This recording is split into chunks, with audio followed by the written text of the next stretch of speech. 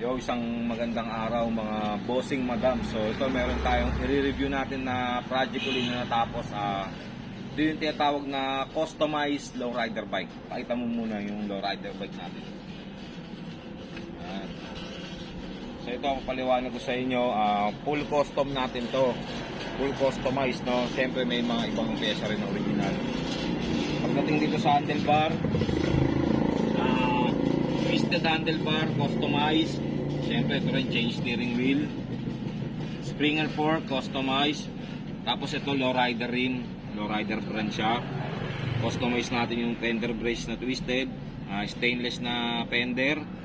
Pagdating dito sa frame yan, custom din natin yung frame. Pakita mo yung frame, Ansal paint yan na customize.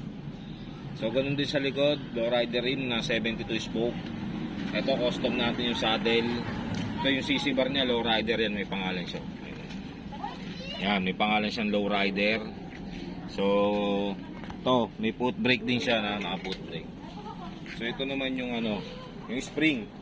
Ito yung minsan sa mga nagtatanong, no. Ito yung spring natin, no. Para siya magamit, iaangat mo to. Then lalagay mo yan. Tapos naglalak siya. Yan. So yun, sa mga nagme-message po sa page namin, PM lang po kayo doon. Follow nyo po yung page namin, Caloocan Customize. Yun, maraming salamat palagi sa mga sumusuporta. Kita is tayo soon.